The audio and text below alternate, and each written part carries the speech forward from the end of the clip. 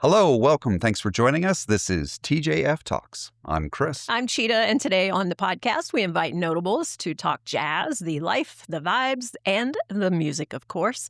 And we start off with anything that pops into our heads with something that we like to call improvisations. Well, today we welcome Sarah Tolar. She's a captivating vocalist, educator, and storyteller whose performances blend jazz and deep emotional connection. She's based here in Tucson, and Sarah has built a reputation for bringing both elegance and authenticity to every stage she steps on. She's quite a gem, too. Yeah. We did talk to her about performance, connection, teaching, and the magic of finding your own voice. So let's jump right into the podcast. We are here with Sarah Tolar in the TJF Talks podcast room. How are you doing, Sarah? I thought you were going to say a TJF Talks house. Oh, it could be the house too, right? The house of TJF Talks. Oh, So happy to have you with us. I'm so thrilled and Yes. honored. Thank you so Thank much you. for the invitation. Yeah, so Yeah. we're just going to jump right in. We Okay. go really fast. We Yeah. call this rapid fire questions. So Oh. we hold you to like 3 or 4 word answers. Mhm. 3 or 4 word answers. And there's Okay. a buzzer. So like if you go over, Mhm. it'll be Yep. like, "Eh." Yep. I hope I had enough coffee. No. Yeah, okay. Not true. We Or- won't do that to yeah. you. Okay. But it would be fun for future people, but not you, Sarah. Woo, okay. Yeah, all right, all right. Sorry, everybody. Off the hook. All right, so Okay. here goes. Um, First song you ever loved to sing.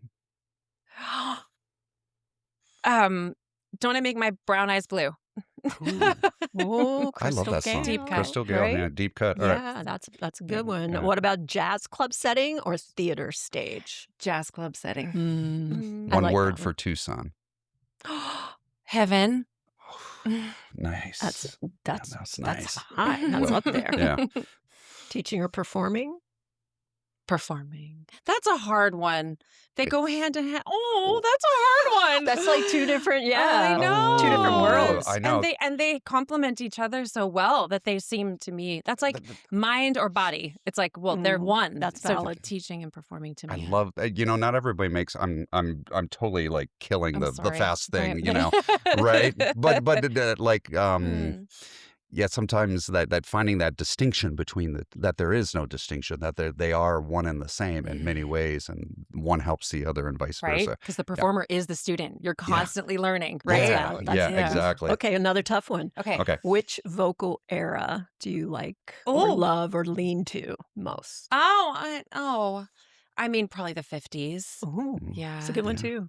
All right, last one. Okay. Singing is Magic. gosh. All right. I love it. Well, now we can expand. Now we can expand. Oh, okay. Yeah, Oh even my though gosh. No I, buzzer. I prematurely broke the rules myself, so Yeah, I that's would have been fine. buzzed That's off fine. on that. All It's right. kind of intense. Okay. So, Yeah. did you feel good about that? Yeah. Yeah, did- my heart kind of was. My did- heart was beating a little. That was a little It's intensity. intense. Yeah, I liked it. It was like performing. I mean, Yeah, that was exactly. great. Oh, it's like improving, right? Right, And we call this yes. section. What do we call it, Cheetah? Improvisations. Oh, Yeah. oh, that's good. Yeah. It's not quite dad joke world, but it Oh, but you know it's it, close. it's I like good. it though. Yeah. Dad jokes are good for me. Yeah. Oh, I so teeter good. there. Yeah. So Yeah. it's all good. Me So we just open up and expand on some of the things we heard, maybe some questions we didn't get to ask. Yeah. Okay. Yeah. So you have a wonderful natural presence when you're on stage, in person, and whatnot. But we also know that that's not the full story. So when did you first realize that singing, performing was really your thing? Oh, wow. That's Yeah. a lovely question. So I deal with this topic a lot because I have an 8-year-old son, and Yes. people, when you're little, like to say, "What are you going to be when you grow up?" Right? Mhm. And so what I'm very aware of is that I never really thought of it as a choice of whether I was going to be a singer, like a performing singer. Mhm. It was just who I was, truly who I was from the beginning, and probably because my parents were performers. And Yeah. so they had a little duo act and they would go out and sing. And I started singing with them very, very young, about 5 years old, and writing songs, little songs at that time. And So I have to ask that question yeah. because I'm a performer. I have kids just like you. Yeah. And so it was your experience with your parents, them doing it was you explain it kind of naturally, or did they really kind of push and encourage you to do the craft as well? Or how did that come about? Do you know?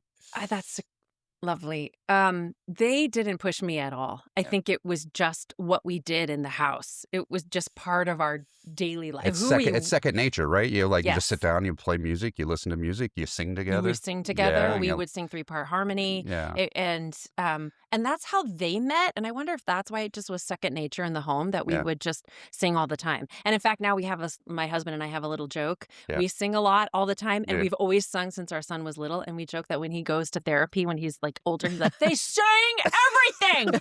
Like that's going to be the thing that was not cool. But They were like Mighty Mouse, and they're like, "How do you know Mighty Mouse?" right, right.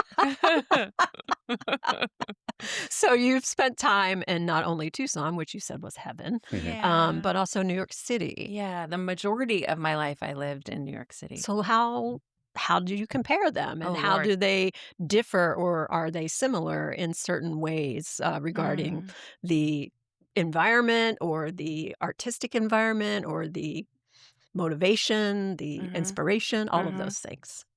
Great question. Here is where these two cities are similar. And I've only lived here 4 years, but in that amount of time, I feel that in Tucson and in New York City, you can be anything you want to be. You can be who you are fully and truly and feel acceptance. And I don't think I've lived in other cities, and I don't know if that is true in other cities. I really feel it in New York City, and I really feel it here in Tucson. So I think that's what brings out the artistry in everyone who lives here And and the creativity. we accept the individuality of people and what they Yeah, bring to the Right. that's table. Yeah, interesting, and I've not heard too many people put it that way, which is yeah, really cool, and it Mm. kinda goes along with why we're different, why we're unique, and yeah. why we like to tell people, "Come here." No, come to Oh, Tucson if you're coming to well, Arizona. we invite people from all over the world here Yeah. to for the Mhm. jazz festival Mhm. specific, and I do hear a similar thing on there. Like, you guys have a cool vibe is usually the word, Yeah, right? You have Yeah. a cool vibe here. It feels different than every other city we go to, and but in a positive way. Right. And you've tacked onto that too. So, but that's part of that is connecting, right? Mm. And when you're on stage and you're connecting, whether you're speaking to an audience or singing to it, Mhm. you have this innate ability to do that Mm. better than most. Like, Oh. how do you find that connection? What do you do? Like, where's your mind go? Like, I'm just curious. Like, she's not gonna tell you the yeah, secret. What's yeah, wrong with you? yeah. And I need to pull up my pen now because I want to write down some of these Woo! notes All from right. Sarah. Like, okay, and this is This how I need to is what connect. you're supposed to do. Secret sauce Yeah. recipe. Stop saying bad words about people on stage, Or Oh, no, yeah, yeah, maybe start yeah, like, yeah, there. yeah. No. So what is it for you? How do you do that? How do you make that Oh, connection gosh. musically or just in talking? Mm. Um, well, I think I'm an empath, which is probably what makes me I love teaching, and I think I'm a good teacher because I love to teach, and Mhm. you need to be empathetic to do that. And so I think that probably comes across on stage where I'm telling the story. And I learned early on that I can't fully be emotional about my story because the folks in the audience need to be the ones feeling the story, not me. So it's like, how do I be the storyteller and help them have an emotional experience or just have any kind of experience and not me be too involved in it. So it can't be about me, but I have to be enough connected to what I'm doing so that they feel it's genuine and Yeah. they feel the sincerity. So I think that's probably where it comes from. Yeah. And so talk about sincerity and being genuine. Mhm. We all have songs that we know, and either for me, I play them or you sing them time and time again, Right. but they're always a little different Right. depending on the audience, Right. Right. right? Right? Mhm. But how do you stay genuine when you're repeating the Mm. same set, whether Mhm. it's a song somebody else wrote or a song that you wrote? I mean, Right. we could talk that might be differently for each. Sure. Definitely. it's a lot of the energy that you're getting from the audience Yeah. coming back at you. Which is why you like the small club better Which is than a why I like the small club. And you and I recently did something together where I walked out on stage and I couldn't see the audience. There's maybe 250 people and it was black there and out in the audience and I couldn't see them. And immediately I had to take a beat and remember what that feels like because I am so used to having that exchange, Yeah. which is not always great if someone's in the audience going, Yeah, you don't want to see that part. Yeah, and then you're like, oh God, okay. Mm. When I have sung a song 100 times, let's Mhm. say All of Me, the standard All of Me, I can sing that song with a tornado going on, the sirens, and my feet are wet from mud, and my kid is screaming. I could sing that song and feel great about it because it's like walking. And Mhm. so then I think I'm more genuine with those songs that I know so well in my body that then I can play and I can improvise on the melody or I can improvise with my phrasing. Right. It's the songs that I haven't sung that often that I'm thinking I'm in my head too much. And so I have this Mhm. quote it's from Eckhart Tolle. It's not my quote, but he says, He's so good. oh my God, over and over, I read him again and again. He says, connect with the knower instead of the thinker. And that's often what I say to myself before I walk on stage is connect to the knower, not the thinker. Because the thinker will go, was that very good? I don't know. Was that out of tune? Like, I don't know. Good. That's Sarah Vaughan does it interesting. this way and Nancy Wilson does it this way. I think you probably suck today. The thinker is doing that. Yeah. But the knower, when I'm singing a song I've sung 100 times, is like, oh yeah. Yeah, I got this. I got this in my soul, Yeah. I think that's the different the ego and the id. Yeah, Yeah, I think exactly. that's but defining it way better that it makes way more palpable sense to go to that person, or instead of the little devil on your shoulder, go to the Right. angel that's like, hey, you got this. The The trust. Right. Yeah. Right. How does having different musicians on stage, because you play with lots of different musicians, Yeah. what does so how do you manage that as a band leader? Let's just take it like as a band leader, right? You're choosing your musicians and who you're playing with and what environment, like. I got my answer locked and loaded. Okay. Listening. I feel like this is the thing, is really listening. And Mhm. part of that is hard if you're nervous as a band leader. Right. You've played with people you haven't played with a lot, or you playing some new music, or if you have an audience and you're feeling they're uptight. I think that's when you Yeah. talked about sincerity too, it got me Right. thinking about the audience is how do I got this comment recently on a show where I had two sets. There was an intermission, so it's the same audience for the whole program. And they're like, oh, you really loosened up in that second set. And I thought later, no, you loosened up in that Oh. second set. Like if I come on stage like, hey, yeah, it's too much. Like we are creating a relationship, right? Right. They're learning to trust That's me. valid I'm point, learning yeah. where they are at. Mhm. And then, so that's part of the sincerity too, is like, Right. what ride are they going on? Right.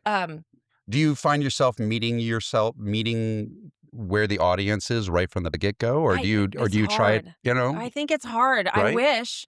Maybe that'll come with time and wisdom. I do feel like I'm a much better performer now than I was 20 years ago, which I Yeah. lament all the time, that I wish I was who I was now then. I do the same thing.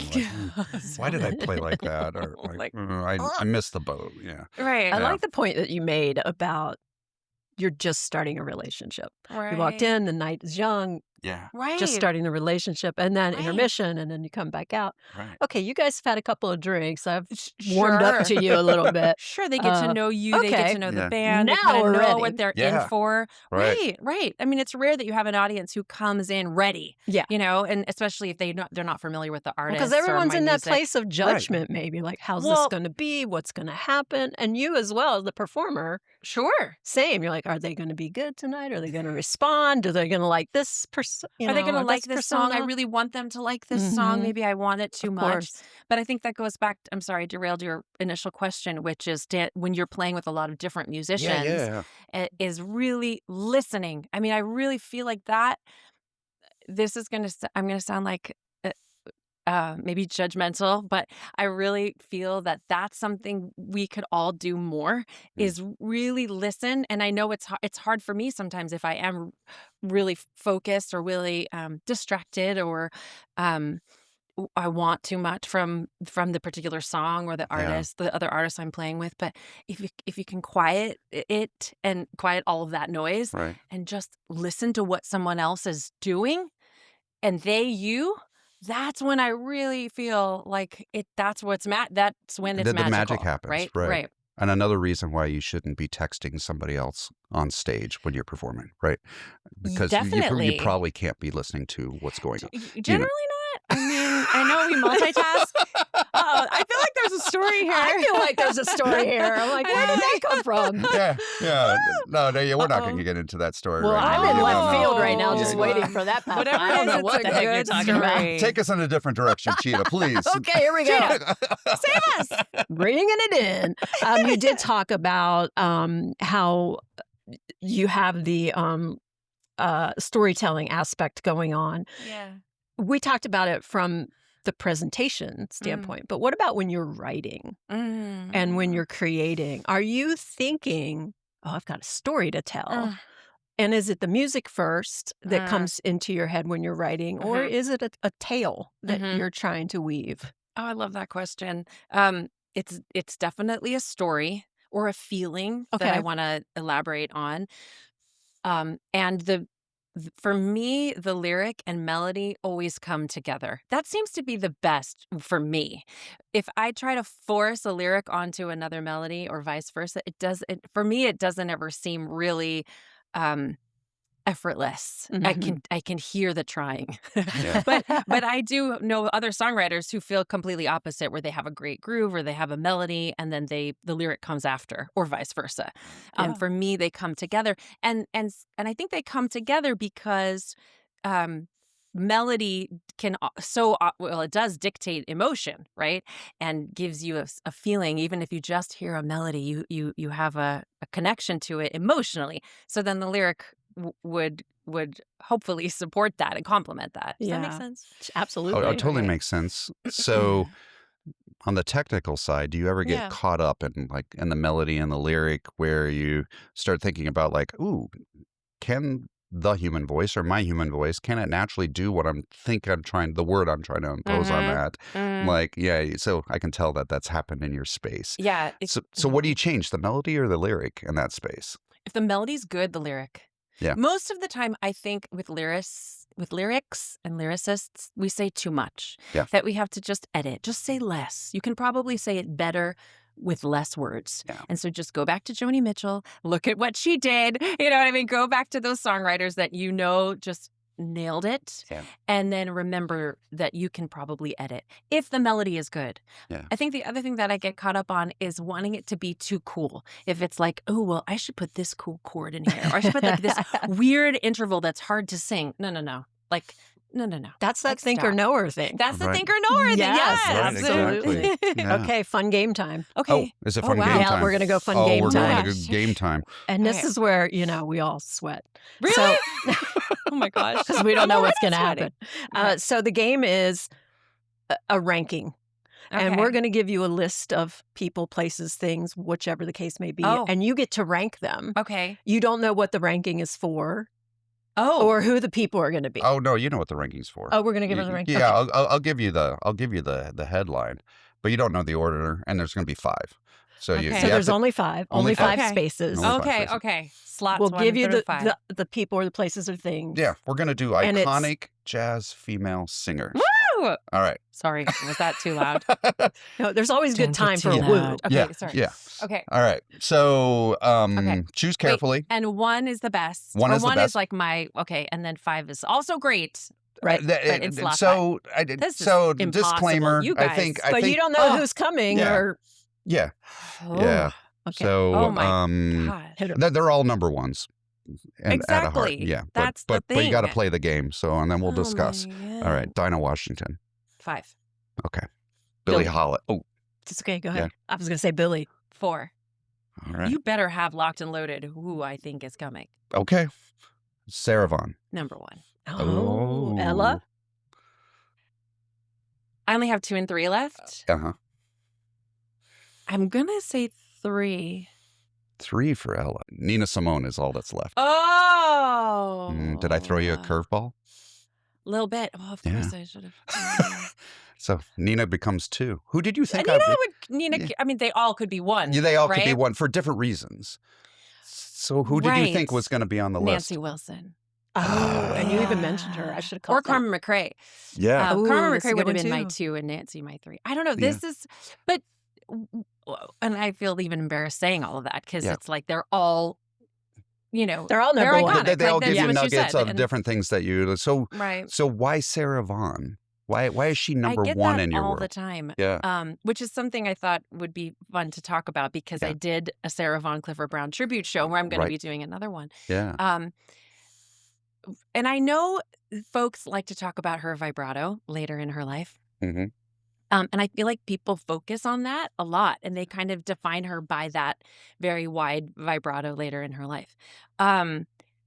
Sarah Vaughan, for me, it's her phrasing Mhm. and how she could sound really sophisticated and lay back and use, guttural tones and then similarly sing in the stratosphere Right. these like very soft, angelic tones. And she wasn't afraid where I feel like Billy's and Ella, it's like right down they had a path and they just went straight into it. Mhm. Or, and with Sarah, it could be so many different things. And so Mhm. a lot of times I'll have folks say, well, like, oh, I'm not into Sarah. I blah, blah, blah. And I'll say, well, did you listen to this? Have you listened to that? And they go and listen. That happened actually with the show. One of the musicians said, oh my God, I checked out what you told me to. I never knew she could sing like that. Or I've never heard her sing like that. So Yeah. I think that for her, that's what it is. And maybe you're getting me thinking it's because I didn't grow up with jazz. I grew up with like folk and country singers Yeah. that I had a professor in school who would, it's Ellington who says there isn't any genre of music. There's just good and bad. Right. Right. And so I think with Sarah, it could be so many different things. It didn't have to be, well, jazz singing is this. She made it so, well, it's this, it's this, it's this, it's a lot of different things. And she could do them all. And that was okay. Where I feel now we have to be one thing for marketing purposes. Yeah. And it's because Well, yeah, like it's a in the world we commodity live now. in, and I want to Right. throw you into this little box. Well, yeah, you have Right. to be in a Right. certain package. You Right. have to be for Right. people to market you. And I get it now. But then Right. she was doing all these different things. And she was performing and collaborating with so many different people, Mhm. which is a testament to I always notice that, especially in that area, like people that were playing with a lot of different people and doing a lot of different albums. Like, Mhm. we know as musicians, like I want to do a record with Sarah Vaughan, right? Right. Because there's something to that. Like Right. she's bringing something to the table, right? Yes. She's bringing musicianship. She's bringing all those things that you're talking about. So phrasing, that's one thing that you mentioned. Like, what's She's yeah. her phrasing is incredible. And that goes back to the storytelling question of how are you, and that it could be different every time. And how do you Mhm. stay sincere? So if she's going to lay something back one night, but then you Yeah. listen to another live recording and she doesn't lay back and she goes right for it. And then she lets there be some space, so she's emphasizing Does she- different words. Does she have like deceptive phrasing where it's like you listen to it and it sounds Mm. effortless and easy and anybody could do it, but then you try to do it and like, oh, Oh my that's hard. Frank Sinatra's like that too. Frank Sinatra's like that. Yeah, Yes. everybody thinks they can do Frank Sinatra, Mhm. and then they try, and they just sound horrible. Yes. They can't do it. Yes. Yeah. Yes, he's a great example. Yeah. Where he held out that one note and then he put the N on the end of 3 instead of on the third beat. Like he does things like that, and Yeah. people they don't realize it because it sounds effortless. Right. Yes. Right. Yeah. Yeah. Good stuff. We Yeah. could do this forever. I know. not I'm gonna sorry. lie. Are we supposed to be? Yeah, We're supposed to no. be. Okay. Oh no, Sarah- like the timing, it just always flies right by as It we're talking through things. But there's one last question, Okay. and I love to ask this of everybody, Okay. and we have time to talk about it. But Okay. why does live music matter? Oh yes, I've seen folks on this show talk about this. Yeah, And it's always so inspiring. it is, and everybody has a different space on how they think about it. But Right. I'm interested in like, why does it matter to you personally, to the people that you empathically feel, the people that you connect with, the people that you tell stories with, too, all those Mm. things that we talked about. Why does live music matter?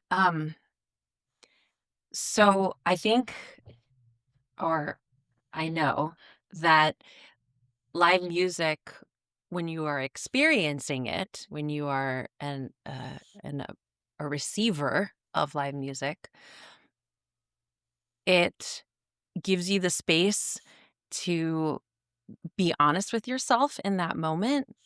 You know, nobody knows really how you're experiencing live music, right? Only you know.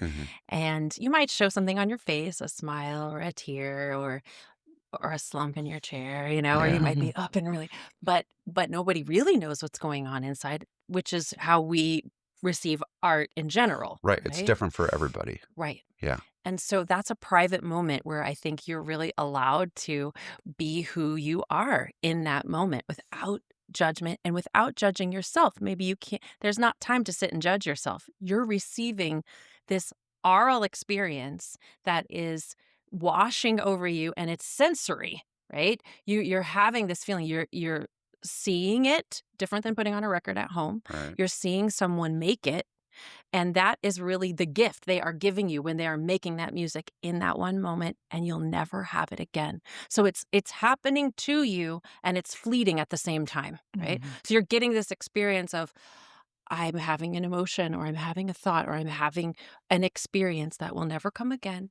that it's just for me in this one moment.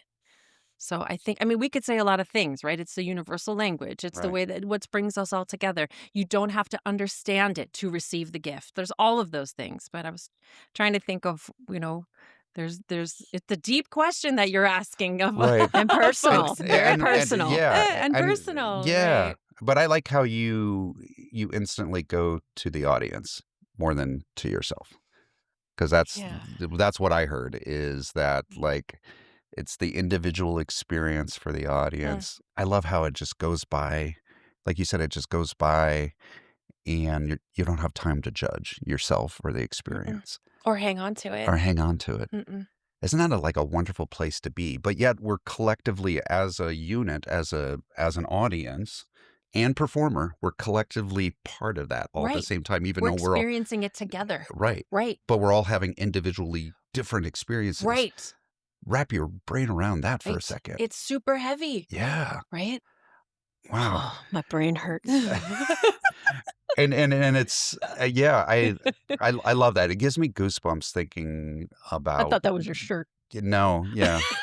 I mean, it could be my shirt. Yeah, it's the texture I chose because the hide the goosebumps underneath the shirt for the day. Sarah, thank you so much for coming out, Mm, chatting with us, telling us all the goosebump stuff. thank And you. Sarah with an H, Yes. Tolar, TOLAR.com. We can Yes. find out where you're going to be next and come get the Yes. goosebumps in person. Oh Thank yeah, you. and I have to say this: if you see Sarah's name somewhere and she's doing a show, get your ticket and go experience live music with Sarah Tolar. You won't regret it. It's been an absolute pleasure. Thank you for being here with Thank you us. so much for having me.